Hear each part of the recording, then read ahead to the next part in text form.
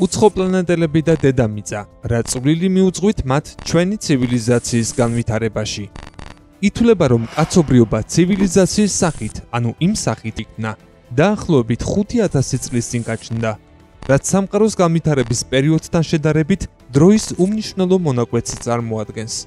ხოლო ოფიციალური მეცნიერება არც კი განიხილავს ადრე არსებული მაღალ ატლანტიდის არქიპელაგი მისი გადმოცემით ატლანტის ოკეანეში, აზორისა და ბაჰამის კუნძულებს შორის მდებარეობდა. ხოლო მის მიერ აღწერილი ატლანტების გარეგნობა პლანეტის სხვადასხვა რეგიონში აღმოჩენილი ადამიანი გიგანტების ნეშტის გარეგნობას და მათ შესახებ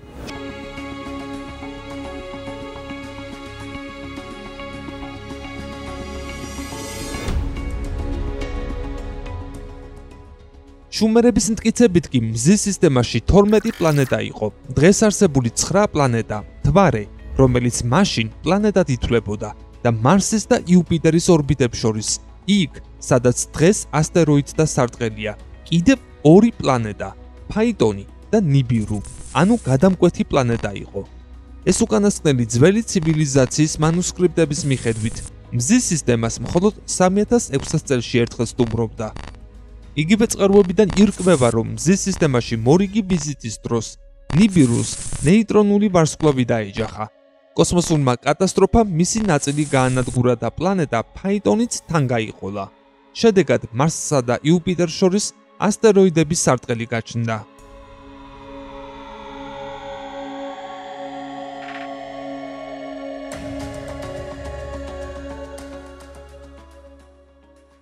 შუმერების ვარაუდით, ნიბირუს მომდევნო სიახლოვე მზის სისტემასთან 2100-2148 წლებში უნდა მოხდეს. მათივე აზრით, ამ გრანდიოზული ზომის პლანეტაზე ანუნაკები ცხოვრობდნენ, რომელთა სიცოცხლის ხანგრძლივობა 360,000 დედამიწის წელს შეადგენს, ხოლო მათი სიმაღლე თითქმის 5 მეტრია.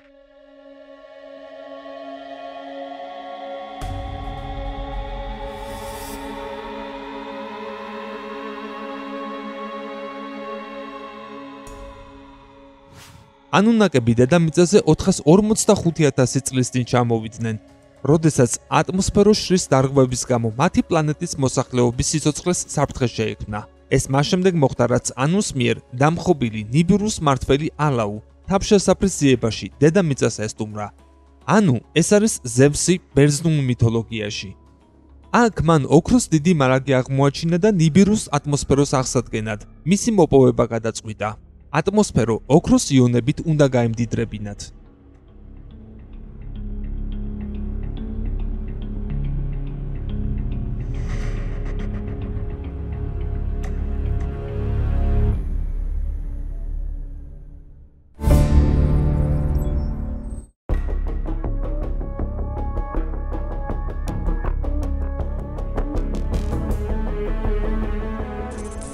ანუნაკები ჩამოვიდნენ და ანტიგრავიტაციული იარაღი ჩამოიტანეს, რომლის მეშვეობით გარკვეულ ტერიტორიაზე დედამიწის მიზიდულობის ზარის გათიშვა შეიძლებოდა. ძველ ბერძნულ ჩანაწერებში პირამიდების მშენებლობის მექანიზმი ფრინავი ქვების სახელით არის მოხსენიებული და პლატონის მტკიცებით ეგვიპტელმა ქურუმებმა ყველაფერი იცოდნენ ამ საიდუმლოს შესახებ. როგორც გაირკვა, აკუსტიკურ ტალღებს დედამიწის გრავიტაციის დაძლევა და უწონობის ველის შექმნა შეეძლო. და ასეთ ვითარებაში უზარმაზარი ბლოკები, ფეხბურთის ბურთზე უფრო მსუბუქი ხდება. აღსანიშნავია, რომ დღევანდელი ტექნოლოგიების გამოყენებით, მსგავსი მეთოდით, მხოლოდ ჩოგბურთის ხელას საგნის აწევა არის შესაძლებელი. ამაზე შორს, ჩვენი ცივილიზაცია არ წასულა. მაგრამ ეს შედეგი იმის მტკიცებულებად გამოდგება, რომ საგნების აკუსტიკური ლევიტაცია შესაძლებელია.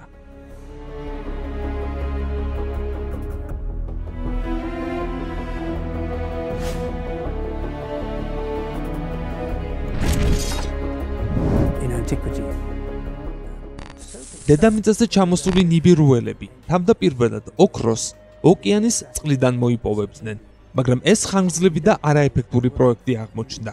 ამიტომ დედამიწაზე თავად ანუ, იგივე ზევსი ჩამოვიდა. არსებული სიტუაციის შესწავლის შემდეგ მან ოქროს მოპოვება სამხრეთ აფრიკაში გადაწყვიტა. შუმერების ცნობით, მიუხედავად იმისა, რომ მათი ხომალდები თანამედროვე ერაყის ტერიტორიაზე დაეშვნენ, ოქროს აფრიკის სამხრეთ-აღმოსავლეთ ნაწილში მოიპოვებდნენ. და როდესაც ნიბირუ დედამიწასთან საკმარისად ახლოს მოდიოდა, დაგრობილი ლითონი მასზე გადაჰქონდათ. ასე გრძელდებოდა თითქმის 150,000 წლის მანძილზე. შემდეგ ანუნაკი მაღაროელები აჯაყდნენ და მაღაროში ჩასვლაზე უარი თქვეს.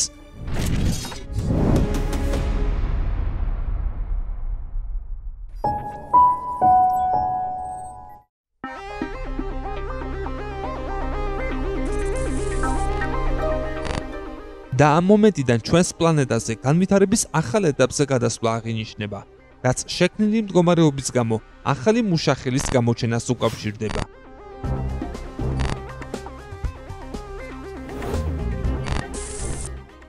დედამიწაზე ჩამოსულმა კოლონიზატორებმა Homo sapiens-ი, გონიერი ადამიანი, შუმერულად ადამუ შექმნეს, რომელიც შუმერების და ჩვენი საერთო წინაპარია. თიხის ფირფიტებზე ზუსტად არის აღწერილი ადამიანების შექმნის პროცესი და გენეტიკური ოპერაციები, რომლებიც თავისი სიზუსტით თანამედროვე გენეტიკოსების გაოცებას იწვევს.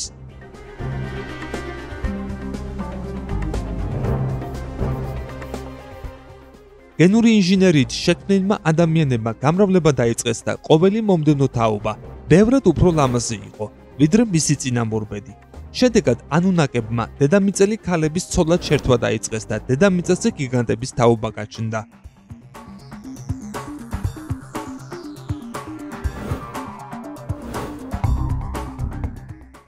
აქვე უნდა აღინიშნოს, რომ სამხრეთ აფრიკის ტერიტორიაზე არქეოლოგებმა მართლაც აღმოაჩინეს საბადო და გეოლოგების შეფასებით ამ მაღაროებში ძვირფას ლითონს დაახლოებით 200,000 წლის წინ მოიპოვებდნენ.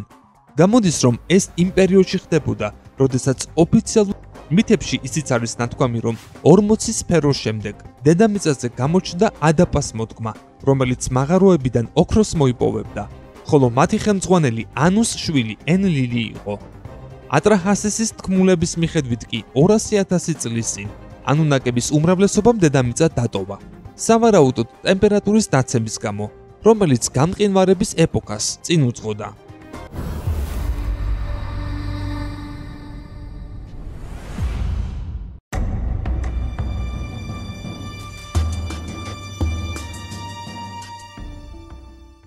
ასი წლის წინ დედამიწაზე დათბა ანუნაკები იმდენად დაუახლოვდნენ ადამიანებს, რომ დედამიწელი ქალების ცოლად შერთვა დაიწყეს. ამ ფაქტით აღშფოთებულმა ენლინმა დედამიწა დაწყებლა და მასზე 75,000 წლის წინ გამყინვარების მორიგი ციკლი დაიწყო, რომელიც 10,000 წელი გაგრძელდა. შუმერულ აკადური მითოლოგიის თანახმად ანუნაკები, რომლებსაც ისინი ღმერთებად მიიჩნევდნენ, მხოლოდ პლანეტას კი არ აკონტროლებდნენ, ადამიანების ბედსაც განსაზღვრავდნენ. ქმნიდნენ სახელმწიფოებს და მეფეებად ანუნაკების და ადამიანების ქორწინების შედეგად დაბადებულ ადამიანებს ნიშნავდნენ. იგივე შუმერული წყაროების ცნობით, სწორედ ანუნაკებმა შექმნეს მათი ქვეყანაც და არა მარტო.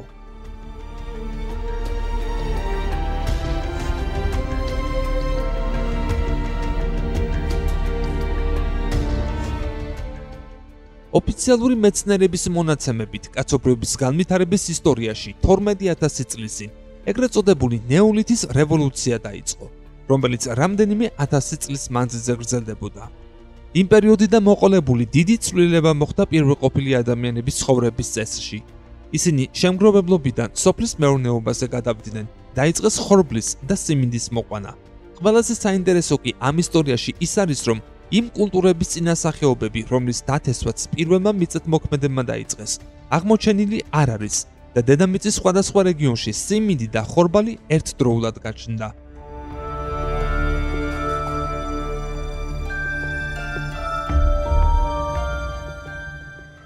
და ყველაზე მნიშვნელოვანი ფაქტი, რომელსაც თანამედროვე მეცნიერება არ აღიარებს. დედამიწის კოლონიზაციის მომენტიდან, როდესაც ყველაზე დიდმა ღმერთმა ანუმ შვილებს შორის უფლებამოსილება გაანაწილა, უფროს ვაჟს ენლილს სამართავად მესოპოტამია და დედამიწის ჩრდილოეთ ნახევარსფერო მისცა, ხოლო უმცროსს ენკის სამხრეთ ნახევარსფერო, როგორც თავად ენკი ამბობდა, ცხელი აფრიკა და წყალი. გარდა ამისა, მას პლანეტაზე ინფრასტრუქტურის მოწყობაც დაევალა. ინფრასტრუქტურაში პირამიდების მშენებლობა იგულისხმებოდა, რომელიც მაშინ ელექტროსადგურების ფუნქციას ასრულებდა და დედამიწაზე ელექტრომაგნიტური ველის სარტყელს ქმნიდა, რომელიც ანუნაკების საფრენი აპარატების საწვავის გარეშე გადაადგილებისთვის გამოიყენებოდა. ენკი ამის გამო თავს დაჩაგრულად გრძნობდა რაც ძმებს შორის დაპირისპირების მიზეზი გახდა.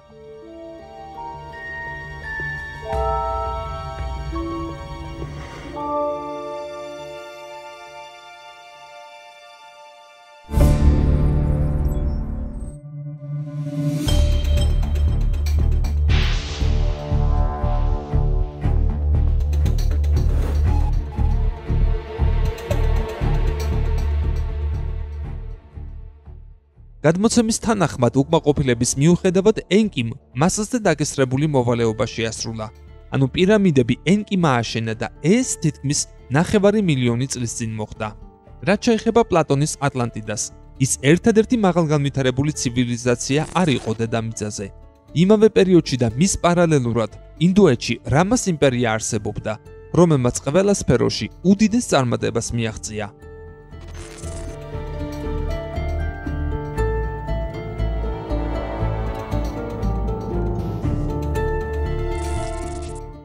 მოგვიანებით კი გაჩნდნენ ოლმეკები, რომლებმაც კალენდარი, იეროგლიფები, ვაჭრობის და კომუნიკაციების ქსელები შექმნეს.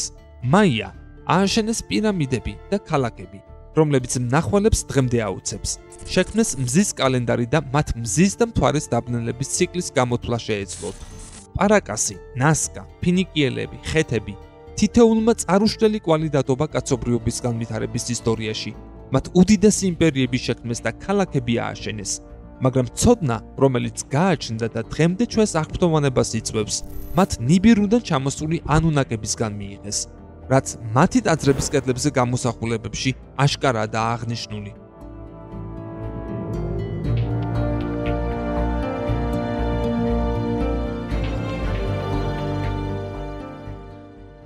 და რთული სათქმელია, როგორი იქნებოდა დღეს ჩვენი პლანეტა 9 მილიონი წლის წინ, მასზე უცხო პლანეტელები რომ არ გამოჩენილიყვნენ.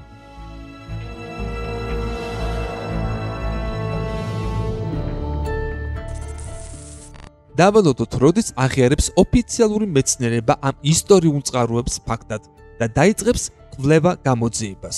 ან იქნებ უკვე იციან და სირაქლემის ეს პოზაც სწორედ შეგნებულად აქვთ.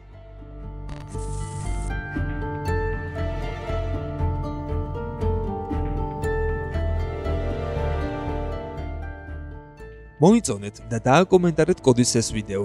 გამოიწერეთ ჩვენი YouTube არხი.